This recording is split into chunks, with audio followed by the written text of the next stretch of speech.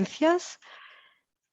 En primer lugar tendremos a Adrià Moncusí, que él estudió microbiología en la Universidad Autónoma de Barcelona y es estudiante del Máster de Salud Pública de la Universidad Pompeu Fabra, Universidad Autónoma.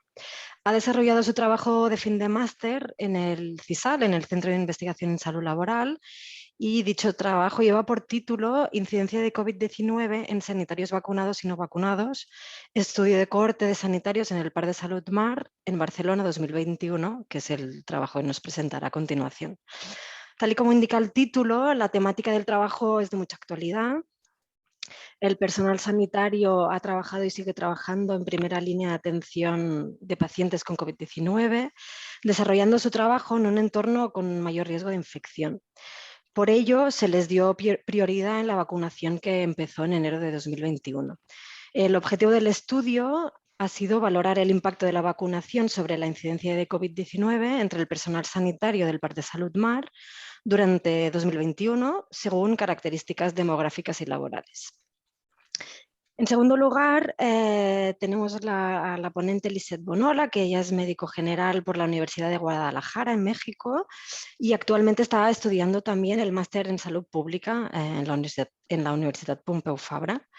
Ella ha desarrollado también su trabajo de fin de máster en el CISAL, que se titula Condiciones de trabajo, empleo informal y salud en Centroamérica en 2011 y 2018. En este caso, el trabajo se centra en una temática fundamental en salud ocupacional, en explicar cómo la salud de la población, en este caso centroamericana, se ve afectada negativamente por la debilidad de los sistemas de protección social, agravada por las precarias condiciones laborales, la alta incidencia de lesiones y enfermedades profesionales y la limitada libertad sindical. Específicamente, su estudio tiene como objetivo analizar la asociación del empleo informal con el estado de salud, teniendo en cuenta las condiciones de trabajo en Centroamérica, comparando la primera y segunda versión de la encuesta centroamericana de condiciones de trabajo y salud. Y bien dicho esto, dejo paso ya a Adrià para que empiece con su ponencia. Vale, muchas gracias, Mireia. A ver si comparto la pantalla. Ahora. Vale. Entiendo que se ve. ¿Sí? Vale. Perfecto. Buenas tardes, soy Adrià Moncusí y os voy a presentar mi trabajo de fin de máster del Máster de Salud Pública de la Universidad Pompeu Fabra y la Universidad Autónoma de Barcelona, tutorizado por Mireia Utzet y Fernando Benavides. Ya por título, Incidencia de COVID-19 en sanitarios vacunados y no vacunados, es un estudio de cohortes de sanitarios en el Parc Salut Mar de Barcelona, en el año 2021. Como bien sabéis, el 11 de marzo de 2020, la OMS declaró oficialmente el brote de COVID-19 como pandemia y España es uno de los países de la Unión Europea más afectados. Concretamente es el cuarto país de la Unión Europea más afectado, ya que tiene más de 12 millones de casos registrados y más de 100.000 decesos. Además, la OMS, a finales de 2021, no, a finales de 2020, perdón, y ahora hizo una actualización a finales de 2021, determinó 5 variables de preocupación. Estas 5 variables de preocupación del virus, del SARS-CoV-2, se ha detectado que tiene mayor transmisibilidad y mayor resistencia a los anticuerpos. Podemos ver que en España, entre el periodo 2021, o sea, desde enero de 2021 a diciembre de 2021, hubieron 4 periodos pandémicos y en cada periodo pandémico hubo una variante de preocupación dominante. El tercer periodo, ya que los dos primeros, el primero y el segundo, fueron en el 2020, el tercer periodo, que es el primero del 2021, que va desde el principio de año a mitades de marzo, el 19 de marzo concretamente, vemos que la variante dominante fue la variante alfa.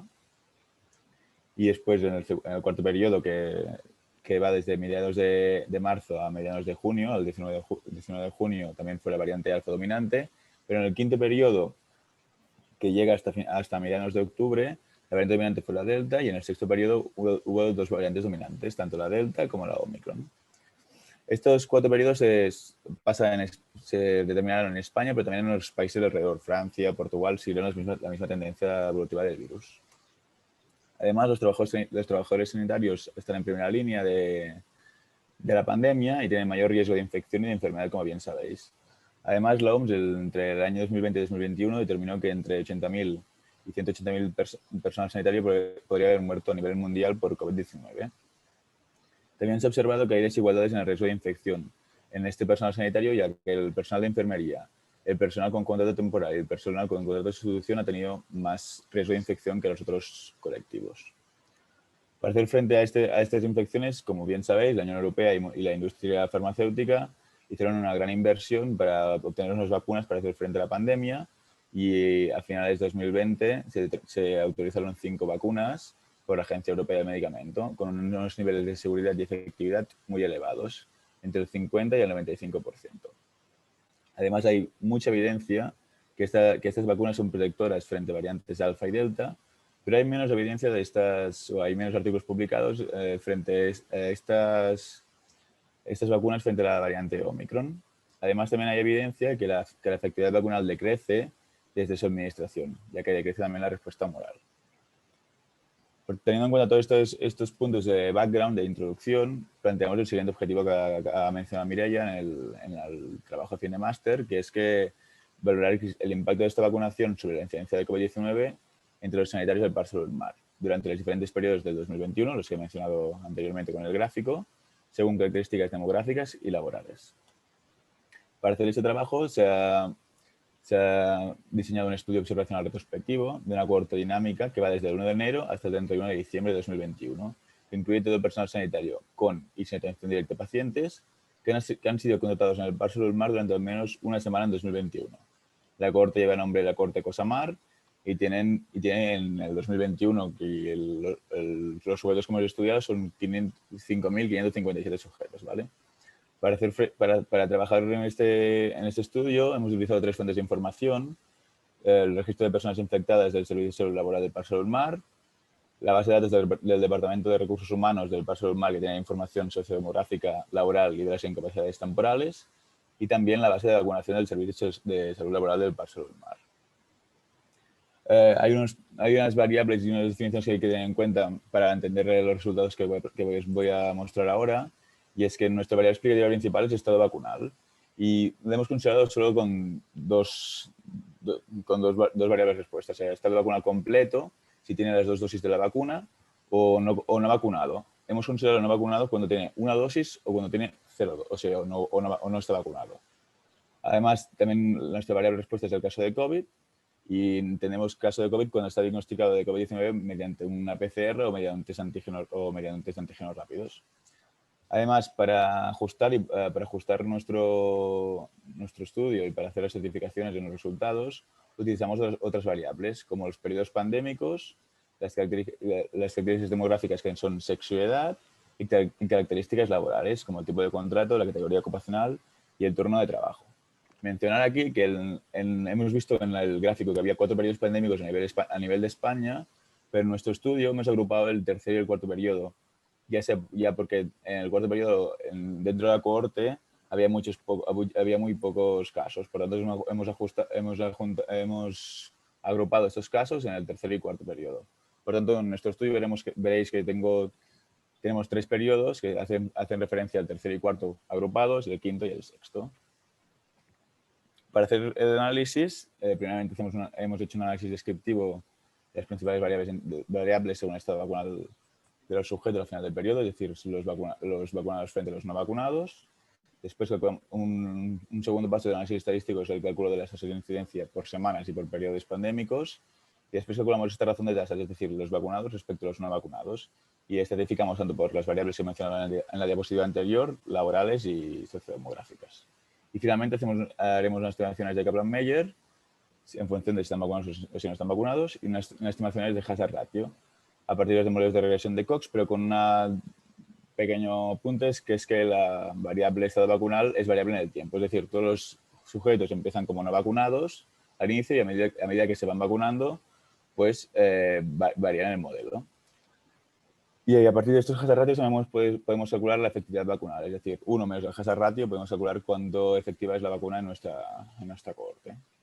Además, hemos estimado 2 modelos, uno que es crudo en función de la vacunación y uno que es ajustado por sexo y edad. Y en algunos casos de los resultados mencionaré análisis por periodos. Cuando analicemos análisis por periodos, lo que hacemos es que ponemos a 0 días al inicio de cada periodo.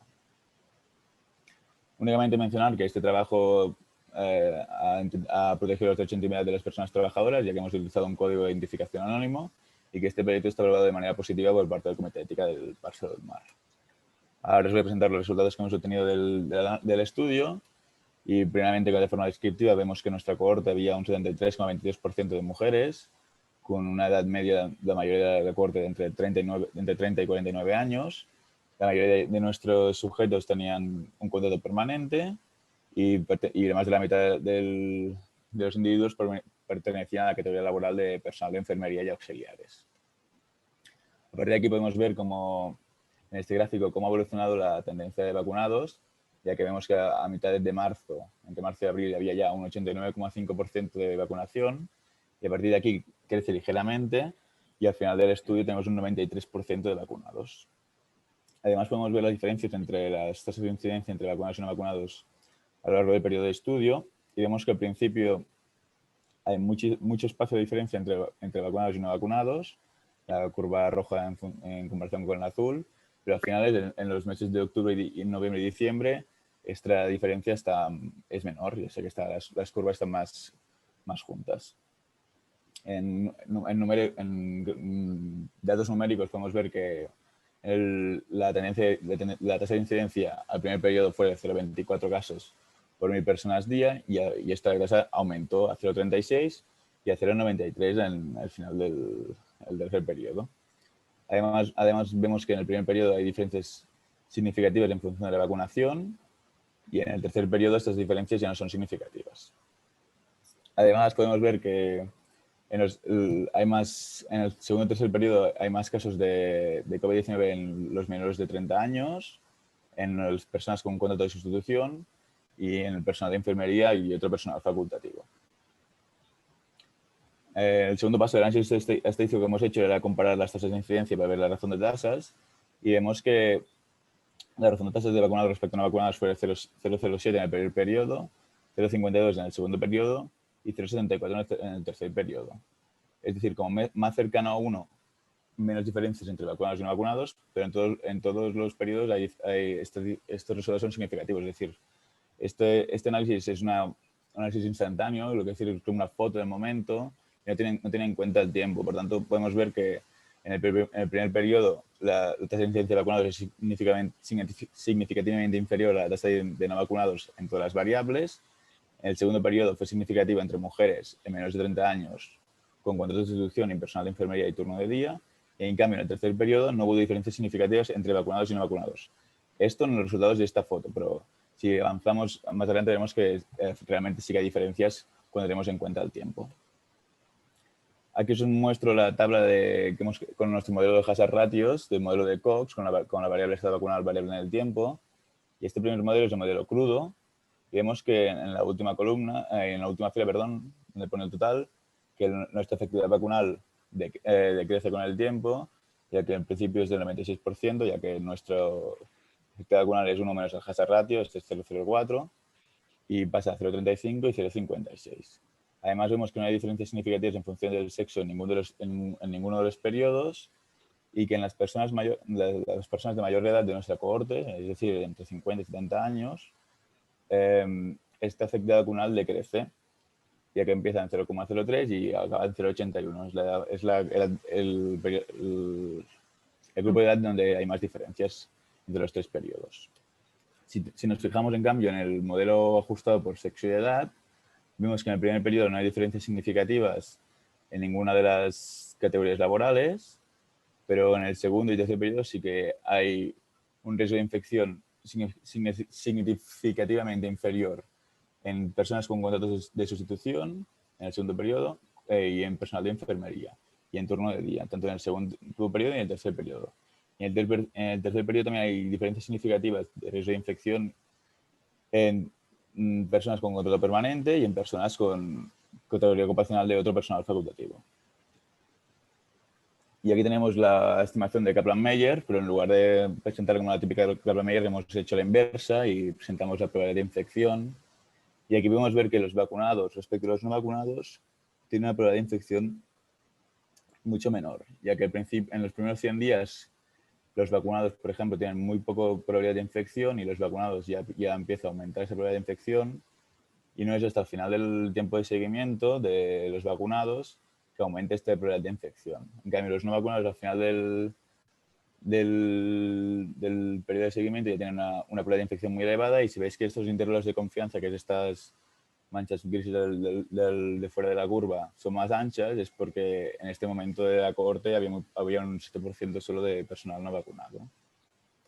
Teniendo en cuenta estos resultados, podemos decir que la vacunación con 2 dosis de vacuna ARN mensajera es efectiva, no es esterilizante, lógicamente, a lo largo del periodo de observación.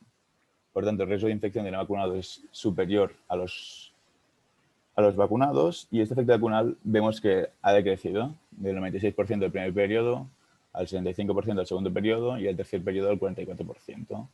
Esta disminución de la efectividad vacunal puede ser debido a 2 hipótesis que conviven entre ellas, sobre todo a las nuevas variantes dominantes que hemos mencionado al principio, que han visto que son de mayor transmisibilidad y mayor resistencia a los anticuerpos, y también que decrece la inmunidad desde la administración, es decir, desde que te administras al cabo de 6 meses esta inmunidad decrece. Estos resultados coinciden con otros estudios publicados, ya que primeramente hemos podido ver que la efectividad vacunal en el mundo real es del 90% en los primeros 6 meses, que las nuevas variantes hacen que decrezca esta efectividad vacunal, sobre todo en el segundo y tercer periodo, ya que es posterior es cuando aparecen estas nuevas variantes, ya que los primeros contra la variante alfa y delta hay mucha evidencia que funcionan las vacunas, y además que contra la variante Omicron esta efectividad vacunal aún decrece más y puede llegar al 65,5%. Además, hay una pérdida de inmunidad desde la administración, desde la administración de la vacuna, que puede ser alrededor del 20% en los 6 meses posteriores a esta vacunación. Y hemos visto que hay diferencias de efectividad entre categorías ocupacionales, sobre todo hemos visto que el personal de enfermería, las personas con contratos de sustitución y con contratos temporales tienen mayor incidencia de la COVID-19, y no hay estudios o evidencia para corroborar estas hipótesis, y entonces creemos que puede ser por contacto con los pacientes, puede ser por las horas de trabajo que están estos sujetos, que realizan estos sujetos, por acceso a EPIs, por formación, pero son hipótesis que tendríamos que seguir estudiando. Además, mencionar que en nuestro estudio hay diversas limitaciones, porque hay un número muy bajo de no vacunados, es decir, al final del estudio el 93% está vacunado, es decir, el 7% no está vacunado, es un número muy pequeño, que solo convivimos con las primeras semanas de la variante Omicron, ya que a finales de diciembre del 2021 es cuando empieza esta variante a ser dominante en España, que tenemos en cuenta que la inmunidad es completa, es decir, desde que administramos la segunda dosis, el día siguiente hemos considerado que ya está vacunado de forma completa, y no hemos esperado esos 14 días que decía que se recomendaba la OMS de inmunidad, y que no hemos tenido en cuenta las personas que tienen una única dosis, ya que, como os he explicado, hemos considerado el estado vacunal con 2 dosis cuando era completa y con una dosis o con ninguna cuando era no vacunado. Entonces, no hemos tenido en cuenta si una persona tenía una única dosis. En contra, como fortalezas, tenemos que la corte es dinámica, por tanto, tenemos el tiempo exacto, tanto como de cuando es caso de COVID, y también tenemos el tiempo exacto de cuando se vacuna, que es una fortaleza de estudio. Además, el tamaño muestral es bastante elevado. Esto nos da potencia estadística. Además, tenemos en cuenta la dinámica evolutiva del virus. Vemos que durante el año 2021 tenemos en cuenta diferentes variantes y cómo afecta esto a la incidencia de la COVID. Y también que es una alta fiabilidad de los datos, ya que son datos ya recogidos por una institución de alto renombre. Además, a partir de este estudio, lo que podemos hacer es que podemos plantear futuras investigaciones, porque en nuestro estudio no hemos tenido en cuenta el papel de tercera dosis en la efectividad vacunal. Es decir, este búster es útil, no es recomendable, esto no lo tenemos en cuenta y sería una posible futura investigación. Lo de la Omicron que acabo de mencionar ahora, porque solo hemos convivido con ella las últimas 2 semanas del estudio. Las variables comunitarias para el análisis, es decir, cómo influye en la ciudad de Barcelona en nuestro personal sanitario, porque aparte de trabajar en el hospital tienen una subida exterior fuera del hospital. Si podría ampliar este estudio en otros hospitales para ver si se puede generalizar a nivel de España o a nivel de Cataluña. Tampoco hemos tenido en cuenta las reinfecciones, por tanto, un futuro estudio sería ver si estas personas que han sido positivas se podrían reinfectar. y por qué hay diferencias en las categorías laborales. Nosotros hemos planteado nuestra hipótesis en función del tipo de contrato, en función del tipo de horas que pasan en el hospital, el tipo de contrato con los pacientes, pero faltaría seguir estudiando. Finalmente, agradecer a Consol Serra por sus comentarios y lectura crítica. Agradecer a Luis Eugenio López por la gestión de base de datos y al Servicio de Salud Laboral por la gestión de base de datos de casos de COVID-19 y concretamente a Turia Makouki y Pilar Díez por la gestión de base de datos sobre la vacunación. Y nada, muchas gracias. Estoy aquí por cualquier duda. Muchas gracias, Adrián, por este trabajo tan pertinente y relevante en este momento.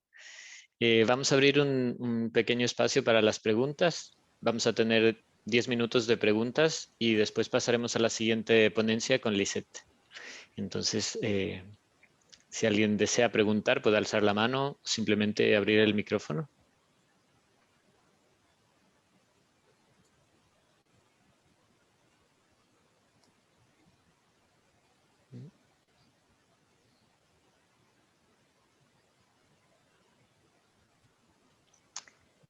Bueno, si no tenemos preguntas por el momento, podemos dejar las preguntas igual para el final, si alguien la tiene pendiente, y podemos al final hacer también un espacio para preguntas de ambos trabajos. Sí. Fernando, perdón. Que he llegado. Sí. Bueno, gracias y felicidades, Adrián, y todos los que habéis trabajado alrededor de este proyecto. No me ha quedado claro en el análisis que haces esa diferencia que planteas entre las razones de tasas y cómo va disminuyendo la diferencia entre la tasa, la incidencia en los vacunados y no vacunados, y ese análisis de hazard ratio que tienes en cuenta el tiempo.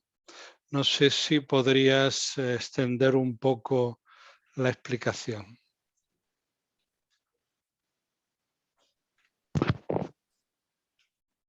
¿Se me ha escuchado?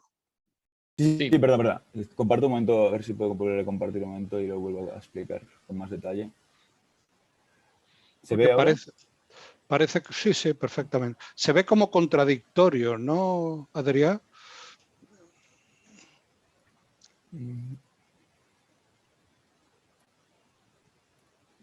Vale. Es que me deja compartir ahora, pero bueno. Cuando hacemos la razón de tasas es una instantánea del momento, sin tener en cuenta el tiempo. Es decir, comparamos la razón de tasas entre los vacunados y no vacunados por cada periodo pandémico y vemos que al principio la tasa de incidencias hay mucha diferencia entre vacunados y no vacunados y al final hay menos diferencia. Pero esto es una instantánea del momento sin tener en cuenta el tiempo. Cuando hacemos con el modelo sí tenemos en cuenta el tiempo y hemos visto que en todos los casos, aunque hay una disminución de la efectividad, la vacuna es efectiva en todos los periodos. Sí. O sea, la tasa es como una tasa instantánea media en cada uno de los periodos. Exacto. Y esa va disminuyendo la diferencia entre la tasa en los vacunados y no vacunados. Y cuando tienes en cuenta el tiempo, ajusta todos los individuos al día cero, al primer día, en el que está vacunado o no vacunado. Y ves la diferencia. Pero esa diferencia también va disminuyendo, aunque tengas en cuenta el tiempo, ¿no? Sí, sigue disminuyendo y creo que es lo que hemos dicho, influye tanto que hay nuevas variantes que tienen mayor transmisibilidad y mayor reproducibilidad y también que desde la administración de las dos dosis hay una reducción de esta inmunidad. Así afectan las dos hipótesis, o sea, los dos factores afectan a esta disminución. No son mutuamente excluyentes. Exacto. Que se dice. Muy bien, muchas gracias, Adrián. Bueno, Consol. Yo no estoy muy segura de mi pregunta, pero sí me gustaría saber, Adrián, hay una cosa que no acabo de entender. Cuando hacéis el análisis por ocupación, por ejemplo, que sale que el personal de enfermería tiene mayor riesgo o que, por ejemplo, por contrato, que los temporales tienen mayor riesgo que los fijos, ¿no? Este es un análisis realizado dentro de cada periodo, es decir, en cada periodo se observa esto, o hay diferencias de un periodo al otro. O sea, entre periodo me parece muy lógico, pero de un periodo al otro es lo que no acabaría de entender.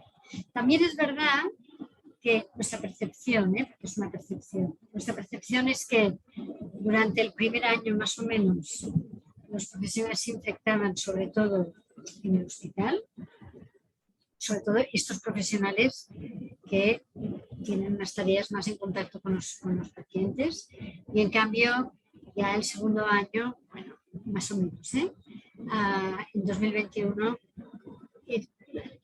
la impresión cuando conectas cuando te explican cómo se infectan es que la infección es más externa, ¿no?, al hospital, es más familiar, social, etc.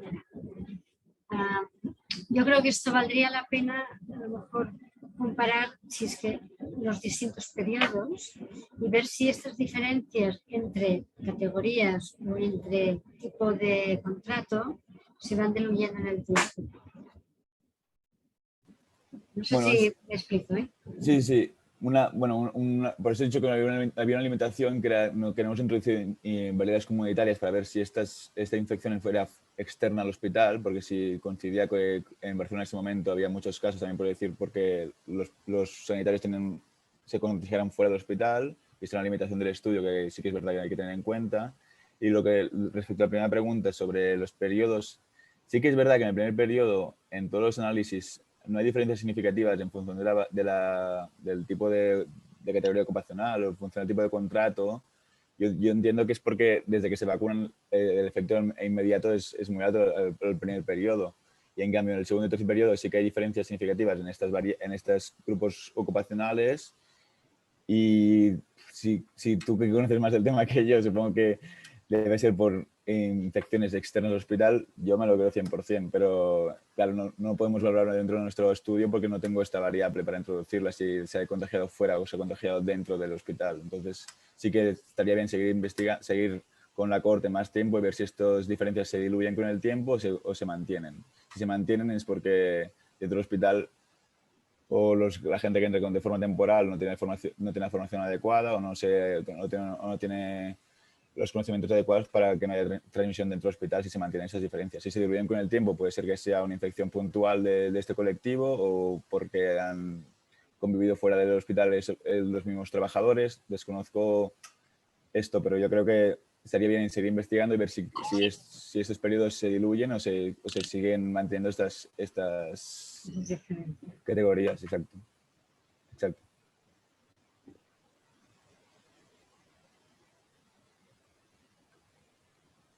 Bueno, gracias, Adrià. Camila, ¿tenías tal vez una pregunta? Que vi que estaba la mano levantada. Oh, no, fue un error. No. Perfecto. Bueno, ¿tenemos alguna pregunta más?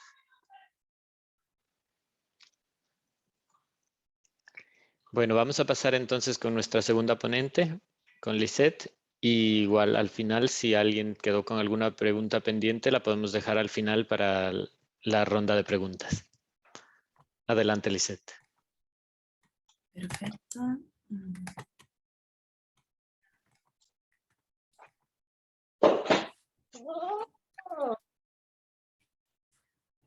Perfecto, muy buenas tardes. Mi nombre es Lisette Bonola y voy a hablar de las condiciones de trabajo, empleo informal y salud en dos diferentes años, 2011 y 2018. Este es mi trabajo de fin de máster de la maestría en salud pública y mis tutores son Fernando Benavides, Micael Silva Peña Herrera, George Delclos y David Jimeno Ruiz de Porras. Comenzamos con ¿qué es la economía informal? Pues bueno, estas son todas las actividades económicas que realiza un trabajador que están insuficientemente cubiertas por los sistemas formales. La Organización Mundial del Trabajo refiere que esta economía informal es de un 61.2% del empleo mundial, siendo este un gran desafío internacional. La definición de empleo informal es el trabajo realizado sin contrato y o sin cobertura de seguridad social, independientemente del lugar donde se realice, durante un periodo de tiempo definido. Aquí, según la Organización Internacional del Trabajo, todo trabajador debe tener un empleo productivo en condiciones de libertad, equidad, seguridad y dignidad humana. Ahora vemos acerca de salud y trabajo. Esta es una doble relación entre estos dos, entre salud y trabajo. Tanto la salud, como sabemos, es el bienestar mental, físico y social. La salud favorece a la realización del trabajo y el trabajo favorece al desarrollo personal. Y también sin salud no podemos trabajar, y por otra parte el ambiente que se realiza en el trabajo puede llegar a perjudicar a la salud. Acerca de Centroamérica, el estudio que realizamos se incluyeron los países de Guatemala, El Salvador, Nicaragua, Honduras, Costa Rica y Panamá. En estos países hay varios desafíos como la debilidad de los sistemas de protección social, acceso inadecuado a la atención médica, altos niveles de migración de personas calificadas, empleo informal, inseguridad, violencia, por mencionar algunos. Hay estudios que se han realizado en Centroamérica gracias a estas encuestas, a las encuestas centroamericanas de condiciones de trabajo y salud, y en los estudios que se realizaron con la primera encuesta se destaca la baja calidad de empleo, la falta de seguridad social como predictor de mala salud y el empleo informal como factor clave en las desigualdades sociales en la salud de los trabajadores. También se realizó un primer estudio comparativo de la primera con la segunda encuesta, en donde se ven las brechas de desigualdad que son amplias, tanto en grupos de edad, nivel educativo, ocupación y países. Nuestra hipótesis es que la informalidad laboral está asociada con peores condiciones de trabajo y de salud en comparación con los trabajadores que ejercen de manera formal. Y nuestro objetivo es analizar la asociación del empleo informal con el estado de salud, teniendo en cuenta las condiciones de trabajo en Centroamérica, comparando la primera y segunda encuesta centroamericana de condiciones de trabajo y salud. Aquí voy a recalcar que la primera encuesta fue en 2011 y la segunda en 2018. Acerca del diseño de estudio, el estudio fue observacional, analítico, transversal en 2 puntos en el tiempo y representa un análisis secundario de datos recopilados previamente. El instrumento de recogida de datos fueron las encuestas, la primera en el 2011 con 77 preguntas, la segunda en el 2018 con 120 preguntas, y ambos cuestionarios se dividen en características demográficas y familiares, condiciones de trabajo, condiciones de empleo, empresa, negocio, trabajo, violencia en el trabajo, estado de salud, entre otras categorías. Y la muestra fue probabilística y estratificada. La primera encuesta fue un total de 12.024 participantes, la segunda un total de 9.032 participantes, y el número total fue de 21.056 participantes. Acerca de, del diseño de muestreo, esta población incluyó a trabajadores de áreas urbanas y rurales de ambos sexos que fueran mayores de 17 años en empleo formal o informal, que trabajaran al menos 1 hora la semana anterior, que recibieran algún tipo de remuneración o pago y que fueran estos países de Centroamérica. Acerca de las variables, usamos el empleo informal, que se midió a través de estar registrado en el Seguro Social Nacional del país, y se preguntó a cada uno de los encuestados si estaban registrados. Entonces, si el trabajador tenía seguridad social, lo poníamos en formal, y sin seguridad social en informal. También nuestro outcome fue el indicador de salud por medio de salud autopercibida. Preguntamos que cómo consideraba su estado de salud general utilizando una escala de Likert como respuesta. Entonces teníamos 5 posibles respuestas, que en estas respuestas las dicotomizamos en buena salud autopercibida o mala salud autopercibida. También en las condiciones de trabajo dividimos a ambas encuestas en 4 categorías diferentes. Dimensión de seguridad con 3 ítems, higiene ocupacional con 5 ítems, dimensión de ergonomía 3 ítems y dimensión de riesgo psicosocial 5 ítems. Y tanto en la primera como en la segunda encuesta tenían las mismas preguntas para las condiciones de trabajo. También usamos las características sociodemográficas como variables. Estas fueron el sexo, la edad, que se dividió en 4 grupos, el nivel educativo, que lo dividimos en bajo, medio y alto, por países, y también por categoría ocupacional, que se dividió en 4 grupos también. Se realizó un análisis descriptivo, primero de la mala salud autopercibida por todas las variables sociodemográficas, y un segundo análisis de la exposición a malas condiciones de trabajo. En ambas se calculó la prevalencia con un intervalo de confianza del 95%. Y también realizamos un análisis de asociación por medio de modelos de regresión de Poisson. En esto se obtuvieron razones de prevalencia con su intervalo de confianza de mala salud autopercibida por condición de informalidad. Se calcularon las razones de prevalencia crudas y ajustadas por variables sociodemográficas, por todas las condiciones de trabajo y por un modelo saturado que incluía todas las variables anteriores.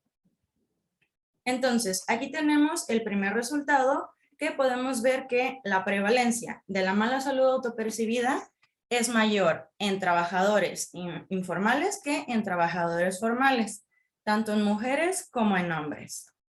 Y también podemos ver que la prevalencia de mala salud autopercibida en trabajadores informales disminuyó en ambos sexos al comparar los años de 2011 a 2018. Como vemos, de 37.5 a 29.5 y de 37 a 31.2. Acerca de las variables sociodemográficas, lo que vimos fue que los trabajadores jóvenes con mayor educación o con mayor nivel educativo, medio alto o alto, con trabajos no manuales, tienen menor prevalencia a una mala salud autopercibida. Aquí vemos la mala salud autopercibida por sexo y por país, en donde es importante recalcar que el país con mayor mala salud autopercibida fue Nicaragua. Pero aquí los resultados de los países varían mucho. Podemos observar, por ejemplo, en mujeres en el 2011, en la primera encuesta, que hubo una prevalencia de 14.1 en comparación con Nicaragua, con un 51.1. Entonces, en cada país fue un resultado diferente. Acerca de la exposición a las malas condiciones de trabajo, en la dimensión de seguridad, aquí lo que puedo recalcar es las lesiones por máquinas o herramientas. Al comparar ambas encuestas, se aumentó la exposición en casi el doble, tanto en mujeres como en hombres. En la dimensión de higiene ocupacional y ergonómica, podemos ver que en todos los ítems aumentó o disminuyó la prevalencia de malas condiciones de trabajo, y vemos que en la mayoría aumentó, a excepción de exposición al ruido. Por último, en la dimensión de riesgo psicosocial, aquí podemos ver que los primeros ítems, que es alto ritmo de trabajo, bajo control del trabajo y esconder emociones, hubo una disminución tanto en mujeres como en hombres, y en falta de apoyo por supervisores y compañeros hubo un aumento tanto en mujeres como en hombres. Por último, tenemos las razones de prevalencia de mala salud autopercibida en mujeres. Aquí el empleo formal se consideró como ausencia de riesgo. Entonces podemos ver en el 2018, en el modelo crudo, que este es 1.51. Y al ajustar por variables sociodemográficas, este resultado se debilita. Al ajustar por condiciones de trabajo, la razón de prevalencia casi se mantiene, y al ajustar por el modelo saturado hay un promedio entre todas. De igual forma, en el 2018 podemos ver que al ajustar por variables sociodemográficas, condiciones de trabajo y por el modelo saturado, no hay gran diferencia y en esta no es estadísticamente significativo. En hombres, en el 2011, podemos ver que es un resultado parecido al de las mujeres. Al ajustar por variables sociodemográficas, este resultado se debilita. De igual forma, al ajustar por condiciones de trabajo, la razón de prevalencia casi se mantiene. Y en el 2018 podemos ver que al ajustar por variables sociodemográficas, condiciones de trabajo y por el modelo saturado, no hay gran diferencia, pero estos resultados sí son estadísticamente significativos. Aquí podemos ver que se encontró como discusión, se encontró una asociación entre el empleo informal y la mala salud autopercibida, y al parecer las condiciones de trabajo no parecen explicar la asociación. La prevalencia de esta mala salud autopercibida disminuyó al comparar la encuesta del 2011 con el 2018. Y esto puede ser explicado porque se disminuyó la brecha entre trabajadores formales e informales. Y la asociación entre trabajadores informales y salud es similar a los resultados de estudios realizados en diferentes países de América Latina, en donde también había una asociación entre empleo informal y mala salud autopercibida. Acerca de las condiciones de trabajo, podemos decir que los hombres están más expuestos a condiciones laborales adversas en la mayoría de las categorías en comparación con las mujeres. Esto podría explicarse por el tipo de trabajo, el nivel de educación, la desigualdad de género y en la que los hombres tienen trabajos que implican más esfuerzo y menor seguridad laboral.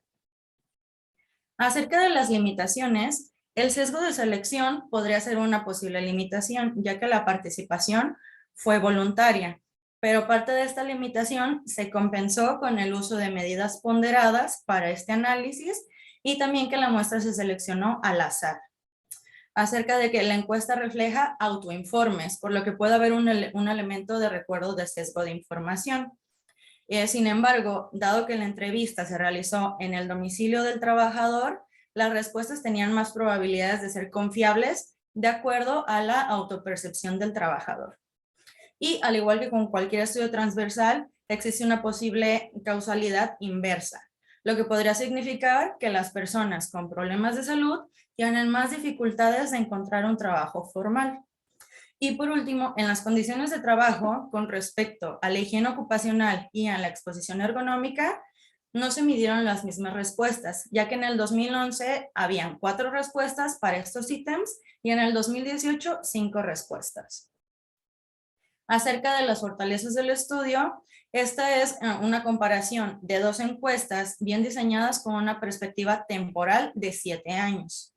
Se entrenó previamente a los entrevistadores y la encuesta se contestó con una tablet y al terminar cada encuesta la información se guardaba y se enviaba a una base de datos en el momento. Y ambas encuestas se basan en una muestra grande y ponderada que es representativa a nivel nacional, lo que hace que los hallazgos sean generalizables a la población trabajadora adulta en Centroamérica. Las implicaciones. Podemos decir que, reduciendo el empleo informal, podemos esperar que mejore la salud de los trabajadores y que las leyes de las condiciones de trabajo afectan solo a los trabajadores formales. También, la mala salud autopercibida en trabajadores informales podría explicarse por más razones, entre estas condiciones laborales precarias, un estilo de vida poco saludable que involucra ingresos inciertos, la pobreza, faltas de beneficios de protección social y falta de acceso a servicios de salud. Por último, se debe profundizar en los factores que afectan la salud de los trabajadores informales. Estudios futuros deberían centrarse en el efecto de las condiciones de empleo, como largas horas de trabajo y turnos de trabajo inadecuados. Y claro, la repetición periódica de las encuestas permitirá identificar cambios y examinar tendencias temporales de la mala salud autopercibida, informalidad y condiciones de trabajo. Muchas gracias por su atención. Muchas gracias, Lisette. Bueno, vamos a pasar entonces a la ronda de preguntas. Si alguien tiene alguna pregunta sobre este trabajo.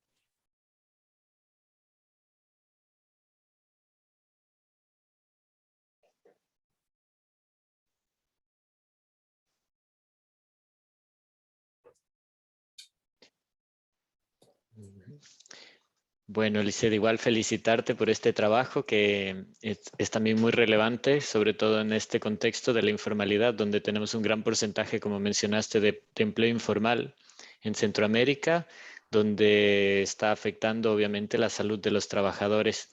Y sobre todo mencionar esto que encontraste que tiene que ver con las condiciones de trabajo. Tú, bueno, podemos hacer algunas hipótesis de qué es lo que está afectando la salud de los trabajadores informales versus a los formales. ¿Qué es lo que tú, después de realizar este trabajo y revisar estos datos, concluirías acerca de las condiciones de trabajo y el empleo informal en Centroamérica? Sí, pues yo tendría muchas hipótesis. La primera es que el empleo informal y la salud están afectados, bueno, la salud está afectada por el empleo informal, las condiciones de trabajo y aparte condiciones de empleo, como ya dije, la pobreza, la inseguridad. Entonces, se necesitarían hacer más estudios a futuro para ver qué es lo que está en verdad afectando o si al final es una combinación de todas estas lo que está afectando a la salud. Muy bien. Gracias, Lisset. Gracias. Yo tengo una pregunta. Sí, Mireia. Sí, no, es que no estoy segura si lo has comentado en la discusión o no, que es el tema de por qué en mujeres aparece significativa la relación y en hombres como que se diluye, ¿no? Si no me equivoco, es en los dos momentos, ¿no? Pues con nombres solamente significativo, ¿no? Sí, es al revés. En mujeres, al revés. Ajá, sí. En mujeres aquí vemos que... O sea, en 2018 desaparecen mujeres, sí, pero en 2011 era, vale. Sí, sí, era significativo. Y en hombres es significativo tanto en 2011 como en 2018. Y aquí principalmente porque lo que pensamos fue que los trabajadores formales hubo un aumento de mala salud autopercibida y como en trabajadores informales hubo una disminución de mala salud autopercibida, pensamos que las brechas, como hay mayor, los trabajadores formales tienen mayor mala salud autopercibida y los informales menor, es menor esta brecha y es lo que pensamos que por eso no es estadísticamente significativo en el 2018. Vale. ¿Y por vale, qué se ha producido esa reducción de la brecha? ¿Cuál sería tu hipótesis? Si tienes una tabla anterior, Lisset, no sé si...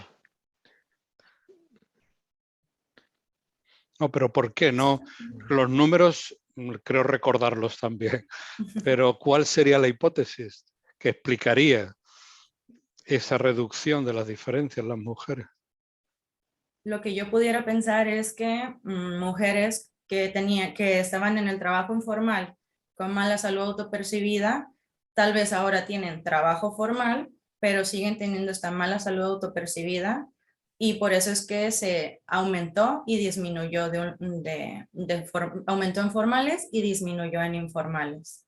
Pero pues son solo hipótesis, necesitaríamos estudiar por qué. Porque en mujeres ya no fue estadísticamente significativo y en hombres sí lo sigue siendo.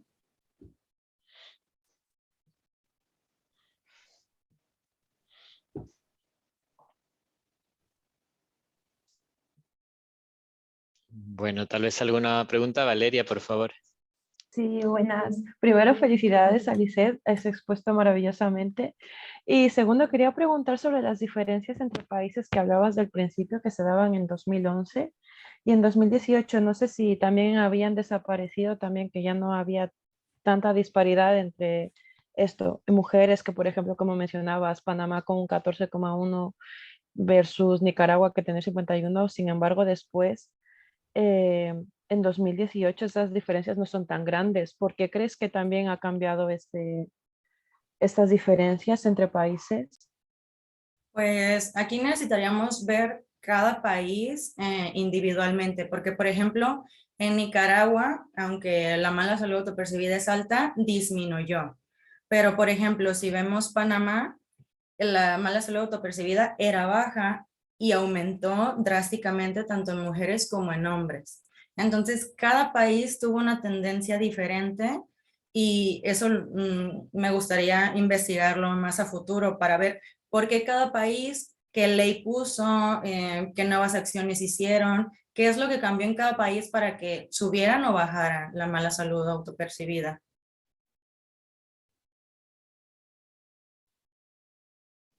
Tú esto lo has estudiado, ¿no, Micael? En una tesis que defendiste no hace mucho, ¿no? ¿Cuál era tu hipótesis? Bueno, teníamos varias hipótesis que se referían a algunas de las políticas. Sin embargo, como dice Lisette, profundizar en cada país era un poco complejo porque no es una sola razón la que causaba que la salud aumente o disminuya. Por ejemplo, identificamos que en Guatemala habían algunas políticas que se incluyeron en la población, sobre todo en la población indígena, que era la que, digamos, Guatemala tenía más del 60%, si no estoy mal, de población indígena. Y en estas políticas suponemos, porque eso también necesitaría un análisis más profundo, que tuvieron alguna relación con mejorar la salud de la población. Por el otro lado, también tomamos en cuenta de que la población de Guatemala representaba el 40% de la población de Centroamérica, que también tiene un impacto importante en la salud de toda la región, ¿no? Ya que representa una gran parte de esta población trabajadora. Bueno, estas eran algunas de las hipótesis. Todavía nos quedaba, por ejemplo, la hipótesis de Panamá, que no la terminábamos de comprender, que es cuál sería el efecto que ha pasado aquí, sobre todo en mujeres, que como vemos normalmente las mujeres reportan peor salud en muchos de los estudios anteriores, pero en algunos países no se daba esto y la diferencia era menor. Sí. Y bueno, también felicitarte, Lisette, que has trabajado con varias bases de datos y todos estos datos que son muy, muy importantes de seguir analizando. Tienes mucha información todavía por explotar aquí y se puede seguir trabajando en más estudios, sobre todo también, como decía Mireia, identificar estas diferencias de género que se dan, que también podrían plantearse otras hipótesis, sobre todo de no sé, de la doble carga de trabajo que puede estar afectando en este caso.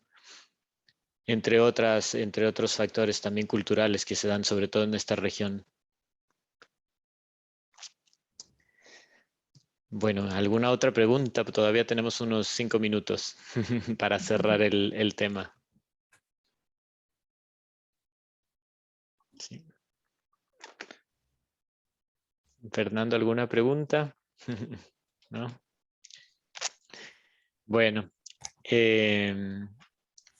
agradecer a todos por su participación, a todos, a todas, por este espacio de discusión, donde tratamos de exponer algunos de los casos de salud laboral y donde tratamos de profundizar sobre todo en este aspecto que es muy importante y en el cual nos centramos desde aquí, desde el Centro de Investigación en Salud Laboral.